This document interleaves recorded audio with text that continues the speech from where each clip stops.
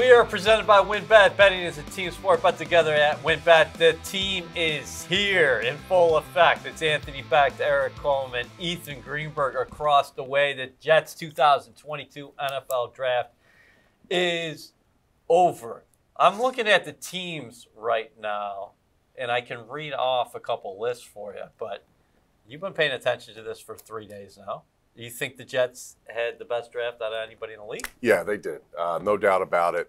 I mean, who wouldn't? If you didn't say the Jets, then you're clearly a Giants fan, right? That's really the only reason why you wouldn't say it. So, yeah, I mean, they got arguably the best four guys at their position in college football. I mean, I don't even know where to, how does even fathom how that happens. But I think there's a lot of people that had these four players, in particular, the four picks, the first four picks of the Jets, as the number one positional player for their on their board. So with Gardner, Wilson, Johnson, and Hall.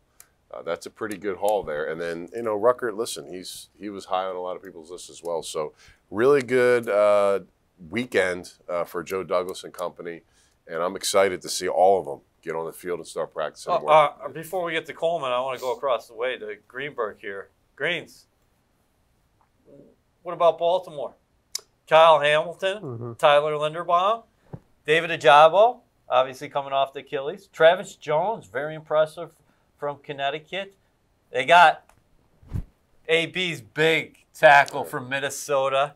They got Charlie Kohler, one of your favorite tight ends in this draft from Iowa State. Isaiah Likely, another tight end. Do you think the Ravens give the Jets a run for the money here? I think the Ravens definitely had a very good draft. I think a lot of it depends on, really, I think it could be David Ajabo. If he comes back fully healthy, I would imagine he's probably not playing this next season, but if he were to come back and become the player that a lot of people thought he would be, you're talking about a potential top 15 talent in whatever round they drafted him. I believe it was the second round. So, and you talk about what they did, to your point, EA, they got the best center in Tyler Linderbaum. I think there would be some people that think that Tyler Linderbaum was a top 15 prospect, let alone the top guy at his position. It just depends on what you think of him as a player. And Kyle Hamilton felt like he kind of slipped out and was there for the Ravens taking. And I think the popular saying around the Ravens is just kind of like, oh, of course he's going to be good there. I think they've earned that kind of trust. And, I think they've definitely had a good draft, but obviously we can't grade a draft on April 30th or May 1st, but all indications are that they selected very well. Yeah, because that's what people keep on talking about, who improved themselves the most this weekend. And Philadelphia's added into the equation. They trade for A.J. Brown. They acquire him from the Tennessee Titans. Very interesting move, and they give him the big contract. Where there is a direct connection, I think, to the Jets is the Jets had conversations, as we've talked multiple times. I think fans are mad at me when I mentioned Tyreek Hill's name. I'm just looking back and saying, hey, this was part of the offseason. And there was also a report this weekend that the Jets had made an offer for Deebo Samuel that included the number 10 overall selection. So it's interesting the way this played out now looking back. Yeah, it is interesting. You talk about giving up a bunch of draft picks to attain one very good receiver, whether it be Deebo Samuel, Tyreek Hill, A.J. Brown, whoever it is. And then you look back to that not working out and what they got for it. You have to think that the Jets won in this situation.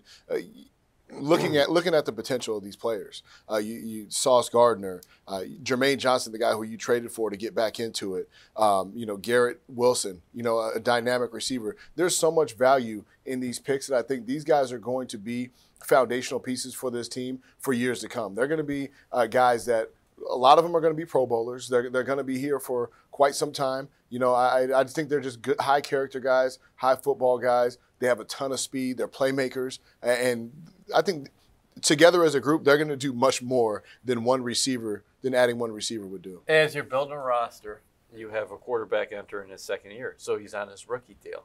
Now, a lot of your best players are very, very young players. So we're entering a very interesting time. But I think you got to credit Joe Douglas, his staff, and Robert Saleh and company for getting the roster to this point here entering 2022. Yeah, I mean, it amps up expectation levels, right? I mean, that's the key. I mean, you know, you see these guys get drafted at the top of in the first round, and you know, all of them could have went in the top 4. I mean, that's how good they were, top 5 even. So, you know, they did their homework. They got the guys they needed. They were able to kind of throw the dice out at that Breece Hall pick and bring a guy in as an added piece because they kind of dominated the first round and got everything they needed. I think that every piece that they brought in will bring some type of some type of factor for this football team moving forward. So, you know, you mentioned Pro Bowl. I mean, I hope that's where we get with these guys, but they're going to be immediate on the field, and they're going to help the Jets now. You're not waiting. You know, you got to wait 6 games into the first season for these guys. These guys are going to be ready to go. They're seasoned, in my opinion. There's, you know, you don't, you know, take your time with them. Like, let's go, get out there and do it. I mean, there's a catering process with a lot of rookies sometimes across the league.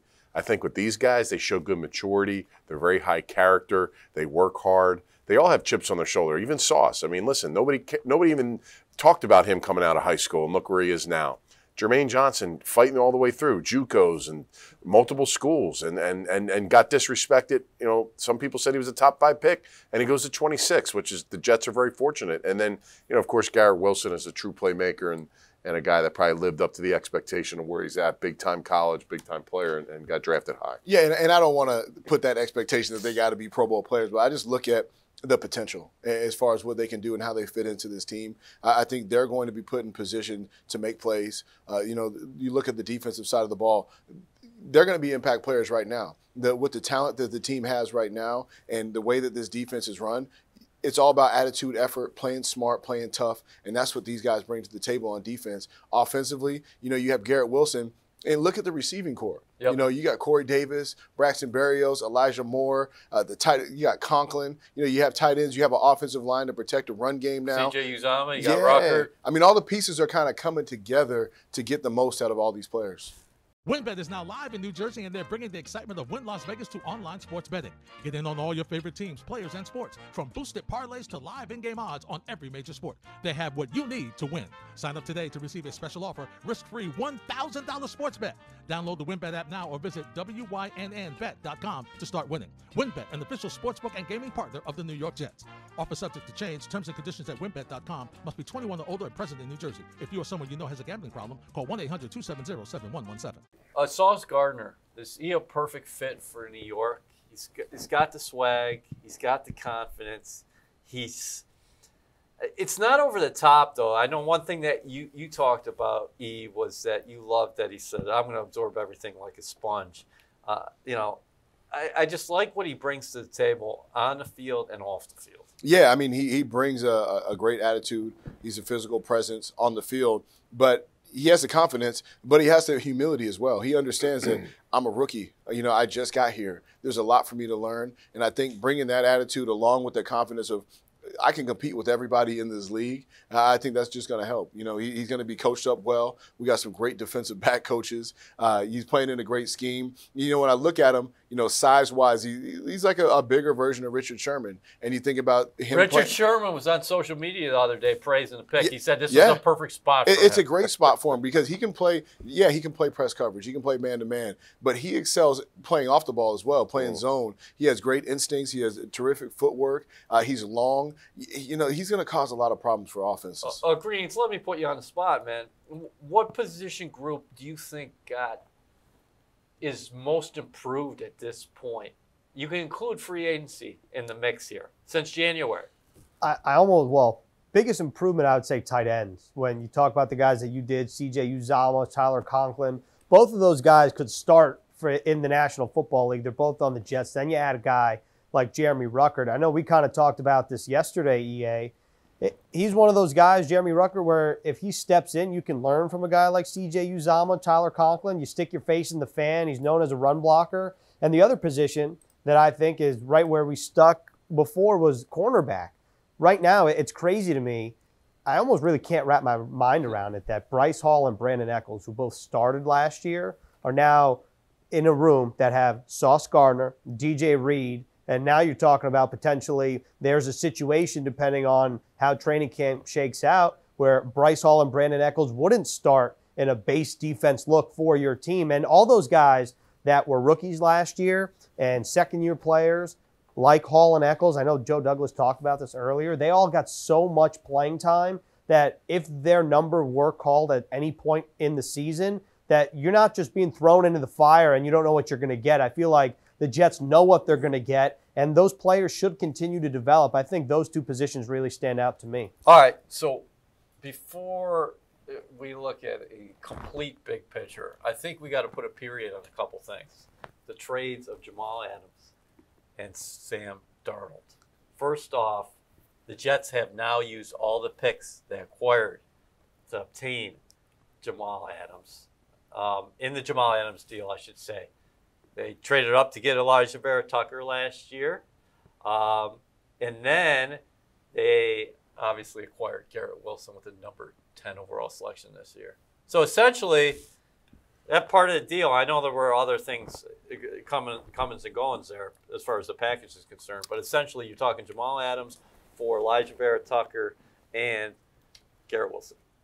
Yeah, Elijah Vera-Tucker's he's like going to be here forever. Like, he's that good. So that's a stud move right there. And, you know, Garrett Wilson's kind of rubbing on me a little bit. I like his demeanor. I like his the way he speaks. I love his game. You know, he comes from, you know, Brian Hartline, who played a long time receiver in the NFL, was his coach. And he's developing good people, you know, extraordinary players, but good people. And I think that speaks volumes to what they're getting. So, you know, look, with all due respect to Jamal Adams, you know, he had some good years here. But clearly, you know, he's probably on the top of the mountain kind of rolling down, whereas you're getting one rising star for sure, because we've seen him play. And this kid, I mean, with those numbers, he's going to get his chance now to be great. Yeah, Jamal's still a very good player in the National Football League, and when he's going to be healthy, he's going to get after that quarterback. He's going to excel in the box. We know what he can do. And Jordan Whitehead's going to bring that now. Yeah. I'm serious now. I'm telling you, if he just matches what he did with the Bucs, I saw every snap. You of this loved kid. him. We were talking about this in Indianapolis at the Combine. You said, "Oh boy, he's going to be a free agency," and you're like, "The guy all over the field." Maybe Whitehead. Well, honestly, I felt like I hope he's not watching this. I thought we got him on the cheap. In my opinion, we got a good deal for him. And I'm telling you, I do a lot of spots down in Tampa talking about them, and I talk about him every Monday morning because he shows up. The guy shows up, and that's a pretty good defense Todd Bowles had down there. So, you know, he's going to come here, man. Like, he's going to demand some early respect. Like, we're going to hear Robert Saleh and some of these guys talking like, dude, this Jordan Whitehead, he's a dude. And you're going to be excited about him, and he should show up. I mean, I'm telling you, if he's just the same dude, the same guy, it's going to be more than the expectation of what he should be. I'm going to go check to see what Seattle used with their 4th-round pick they got from the Jets. That's going to complete the deal. But also, Sam Darnold. Now, if you look at it and look at the draft picks acquired, the Jets got Jonathan Marshall late last year. They get Max Mitchell here on day 3 of the draft, and then, of course, move up there in the 2nd in order to get Breece Hall. So if you're looking at it, you can say Sam Darnold for 3 players. Yeah, I mean, Sam Darnold is a guy who never really turned the corner for the Jets. And I think that if you're trying to move forward as an organization, you bring in, you know, a new head coach, a new offensive coordinator, it's time to move on. You know, you bring Zach Wilson in, you're going to move on for the quarterback. So get as much as you can. And I like the value that they got for Sam. You know, I think Sam was a great guy, great teammate, but he didn't fit. And you have to have the players in that fit the scheme. And by drafting these young guys, you're able to develop them and turn them into those players that you need to play in this team. Greens, I think you talked to Joe Douglas, maybe it was last night or the first night of the draft. What have you been most impressed with so far here, either over the past 18 months or during this off season specifically? Yeah, I think it kind of goes hand in hand with what you were both, or what you all three were talking about.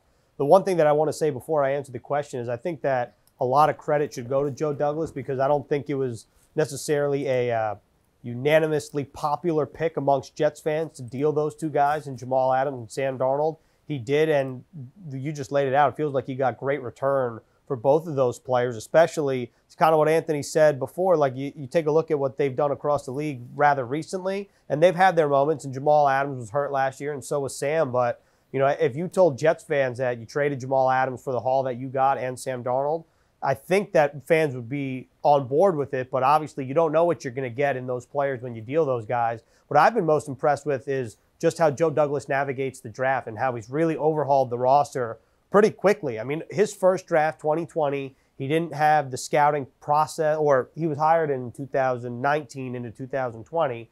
So here's where I come back to it. 2020 was more of a trade back year, and you're like, oh, is this going to be Joe Douglas's MO? Well, 2021 comes around, goes up 9 spots. He's like, this is our guy, Elijah Vera Tucker, gives up 2 third-round picks. He kind of lets the draft board come to him. Same thing this year. He goes up and he gets his guy, Jermaine Johnson. He goes up and gets Breece Hall. And I think really what I've been most impressed with is the way that he's overhauled the roster pretty dramatically, pretty quickly as well, specifically in the last 12 months. And I just think that Joe Douglas is a guy where he won't get fleeced, and he also will go up and make sacrifices with draft capital to get the guy that he feels is best suited for the football team, and we've seen that. So I should say, as part of that Jamal Adams deal, the Hawks used the Jets' 4th-round pick in order to take former Sauce Gardner teammate at Cincinnati. That, of course, is Kobe Bryant. But those deals have set the Jets up for what they're going to become here in the future. Because, listen, the Jets said that they were going to be comfortable with Sam Darnold. They just thought this was a very unique opportunity to get Zach Wilson. Speaking of that, look at the quarterbacks this year. Every year we talk about the draft, and we start with the quarterbacks. Well, that wasn't the case this year. Kenny Pickett was the only quarterback to be taken in the 1st round. He goes to the hometown Pittsburgh Steelers. He's actually a New Jersey native. Malik Willis, who people have been talking about for months, maybe he's a top 15 selection. He falls all the way to the 3rd round. Matt Corral goes late. What did you think about what you saw from the quarterbacks? No surprise there? No, that's kind of what I expected, you know, and the media and all the pundits kind of were pushing me and jabbing me to think otherwise. You know, everybody's like, oh, no, you're going to get 4 guys in the 1st round. I mean, this is that, you know, Seattle, Atlanta, all these teams. And I'm just like, man, you know, like, it's okay that we don't have a top-tier quarterback. And quite frankly, there's a lot of good quarterbacks in the league right now. Yeah. Unfortunately, some of the better ones are young. You know, you still got the old heads that are across the league doing their thing, but, you know, you're talking about now where you're getting some quality picks that are coming up to the league and making plays, and, like, they're going to be there for a long time. So it is hard to jump in and just say, hey, got to take this guy, he's going to start. Like, look at, you know, Pickett, is he guaranteed to be the starter this year? I don't even know. I mean, Mason Rudolph, he'll make it hard, and whatever else. You got Mitch Trubisky. And Mitch Trubisky. I mean, you know, that's it, like. You know what's the most ironic thing about the whole Sam Darnold bit is the Carolina Panthers just took Matt Corral in the 3rd round. Yeah, and a lot of people thought he was going to be a 1st-round pick. You know, he had a phenomenal season. I think, you know, that kind of sends a message to Sam as to what they want to do. Matt Rule's under fire right now, and I think that pick of Matt Corral is going to push Sam hopefully to be the best player he could be. It's such an advantage. You walk into a draft having a quarterback in place like the Jets did this year. You know, Matt Rule, too, how it's different. He's got final say on roster. Here we have a partnership with Robert Saleh and Joe Douglas. And Joe's got a great staff. You know, Rex, Hogan, Chad Alexander, Phil Savage, seasoned dudes that have been around some good organizations. You need that. You start coming in and making all this money as a coach, and you say, well, I got to have final say on the roster. Well, look at them. You know, honestly, I like Matt, but, you know, it's not college anymore. It's a different deal. And, you know, Matt, I saw Matt at the combine. He looks a little older, a little grayer in the hair. I mean, of just a couple of years. I mean, it's not easy deal. That's why you get the right people in the building, and that's what you see. And this is a perfect example of a draft where everybody's on the same page, man. Everybody's excited, and you got those guys in the organization that have been through the rigors, area scouts, worked at big-time organizations, and received the knowledge to make trades like Joe Douglas did, to move up, to move down, you know, not to get fleeced like Ethan talked about. You know, we could probably read the tweets the day that he traded Sam and the day that he traded Jamal, and we could probably see a lot of hate from, like you were saying. I love to read some of those. The Jamal and now you're probably like, oh hell, let's read them because it works out in your favor. I thought the Jamal trade, and we're putting this all to bed because it's rightfully so. We're putting a period at the end of the sentence because now you're seeing what those draft picks have actually become. Mm-hmm. They are names. They are people. Yeah. They're not just picks anymore. The Jamal trade, I thought, took courage because a lot of people, there's some old school football folks. He was a foundational player, people thought. Who would also say, who would say that you never trade the best player in your team. He was supposed to be a foundational player. And he was the best player in your team at that point. Right. And look what you've done. You've opened the door to a lot of greatness with other players that can come in, top tier players. And guys who want to be here. That's the other part of this. Guys want to be a Jet. And I think the narrative around this organization is changing. Ethan, what was your favorite image of the draft as far as from a Jets perspective? Any of these calls, are set apart for you, or how do you rank them? The images, like in terms of just pure like still photos, or or photo or video, or anything that you've seen at the building here over draft weekend. Well, first, I think it's pretty jarring when you see the 4th overall pick, the 10th overall pick, and the 26th overall pick all holding up the jerseys in the field house here at the Atlantic Health Jets Training Center. I mean, that's a pretty cool image. And, that could be a photo where you look back in time and you really think like that was the catalyst to changing the narrative around the New York Jets, depending on what unfolds here. The other thing that I love, I'm a real sucker for these. There's these videos where, like, Sauce Gardner and Garrett Wilson and Jermaine Johnson in particular, they're watching videos of their loved ones recording messages to them that they're then watching, and you get the raw emotion. And for Sauce Gardner, it was his coach at Cincinnati. He wasn't a family member. But I really like those videos, and to see Garrett Wilson get emotional, Jermaine Johnson and Sauce Gardner, to see all those guys kind of react naturally, not knowing what they were about to hear, I think, to me, that's one of the coolest images. The other thing is I love seeing I'm a real sucker for the phone calls, like when Joe and Rex and Coach Sala and all the guys call the players. Love that. I'm all about that. And I think there's a relatability there with these guys. When Joe's getting on the call and he's saying, we're on the effing clock, and he's hugging people, and him and Sala are embracing each other. The true emotion of that appeals to this fan base, because Anthony was talking about it before. These guys are together with everything. Well, he talked about the work that he put in, picking up the phone at pick 14 and trying to find a partner to get, Jermaine Johnson as picks are going, and everybody's saying no.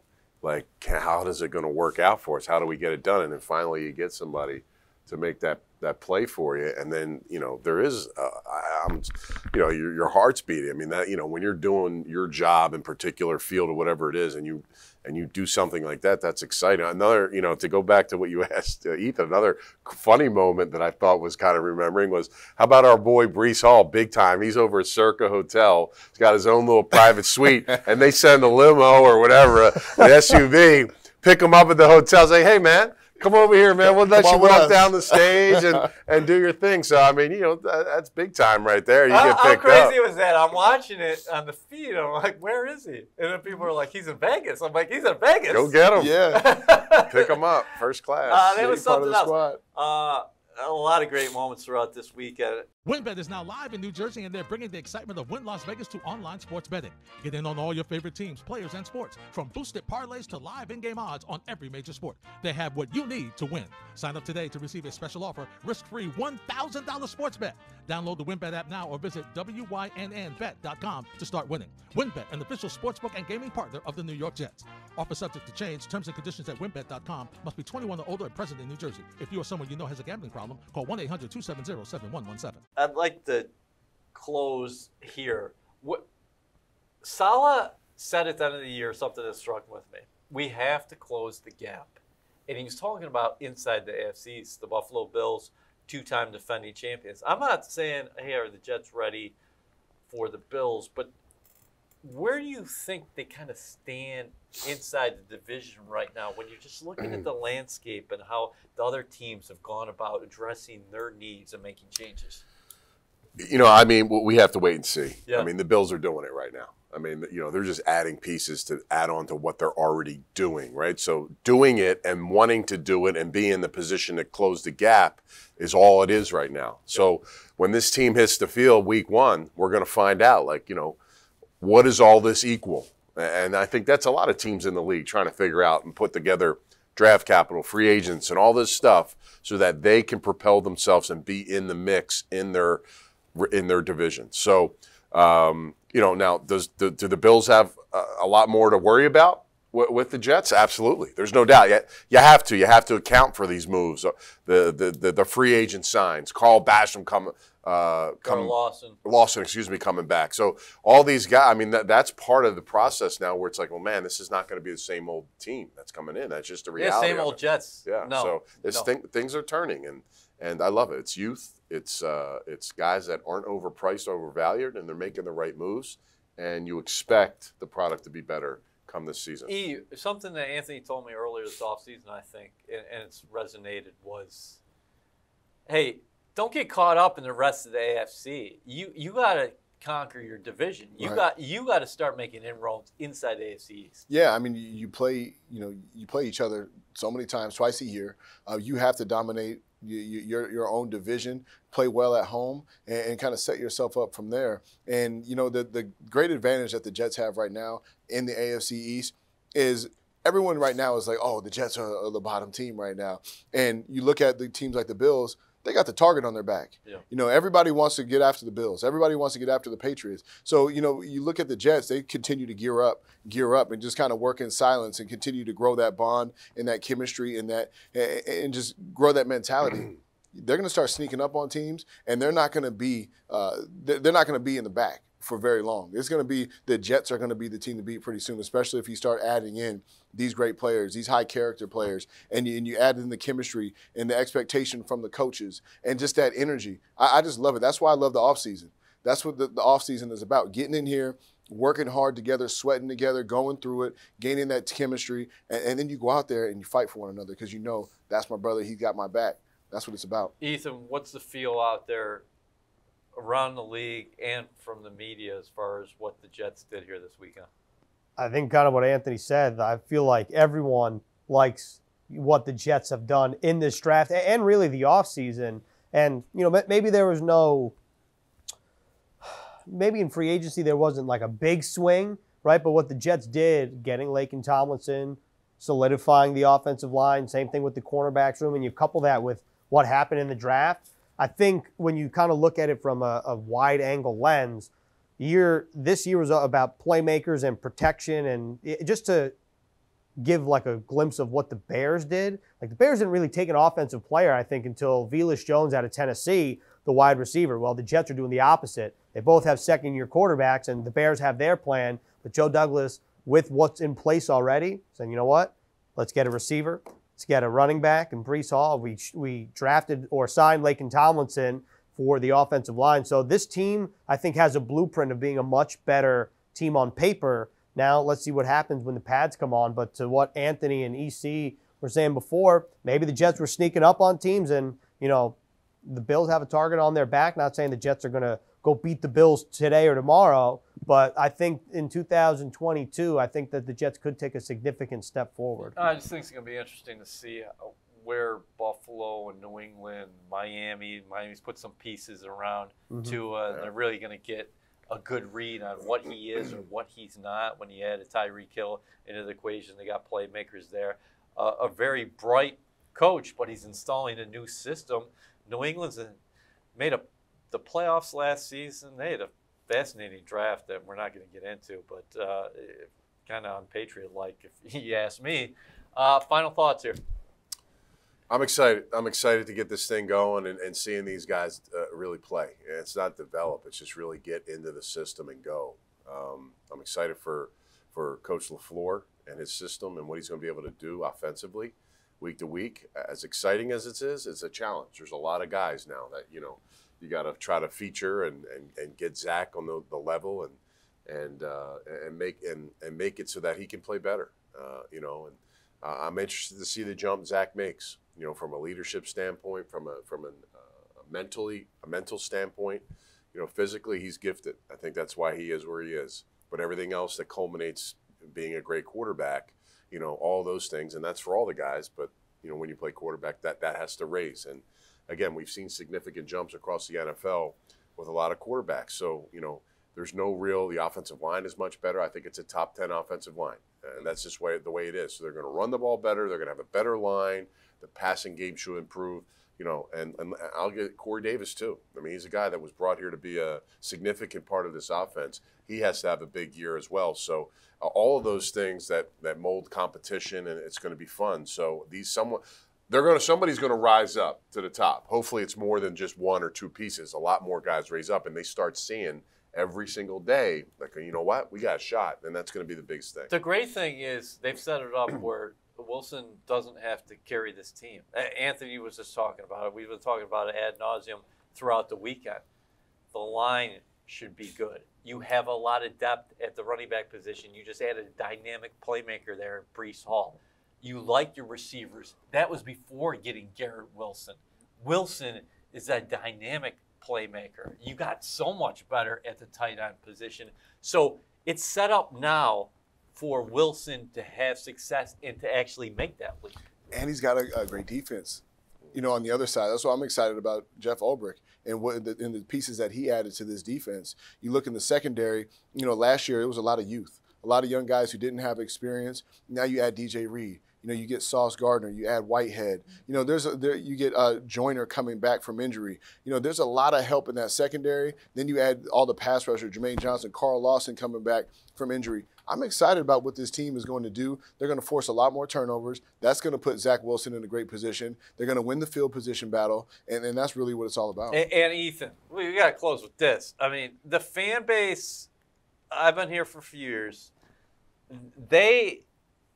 I haven't seen them reach this kind of pitch in a long time. I think the excitement is building. I think that the environment in MetLife Stadium is going to be different in 2022. I definitely agree with that. And I'm really excited to see what the home opener is, whenever that is. And I know the schedule is going to be released in a couple weeks. But to your point, it feels like the draft is always interesting from the fan perspective in terms of reaction. And I feel like by far and away the reaction has all been positive. And Anthony kind of talked about it too. Yesterday, he's like, well, so far in the draft, like, fans really know who each of the players are that the Jets drafted just by name. So to me, I think that probably speaks to the reaction of the fans. And I think that if you're a Jets fan, you have reason to be excited even before the draft took place with the additions in free agency and the return of guys like Corey Davis, like Carl Lawson, like Mekhi Becton. Then you couple all that together. I mean, we'll see what happens, but there's no reason to not be excited right now if you're a fan of the New York Jets. Well, these guys are excited because I think Coleman's going back to Florida. This guy's got a dinner tonight. What are your plans? My plans are probably to sit on my couch. Sit on my couch, maybe watch some TV, probably order food because, I feel like, I could go a night without cooking, just, enjoy some time on the couch. And then I get a good night's sleep and probably start to think about what numbers these guys are going to wear. Here we go. That's time for another podcast. Yes. 2022 New York Jets draft is come and gone. You got a chance to be an historic one. The first time 3 first-round picks since 2001. One of our buddies up here, Anthony Becht, was part of the 4 Aces. But this is the draft in its entirety for the Jets. Sauce Gardner in the first round, Garrett Wilson in the first round, Jermaine Johnson in the first round, Breece Hall in round 2. And then where do we go from there, Ethan? Ruckert, yeah. Jeremy Ruckert out of Ohio State. And then he finally finished up with 2 fourth-round picks. There's our graphic, Max Mitchell and Michael Clemens. We will see you soon. The fellows are getting out of here. It's Omar.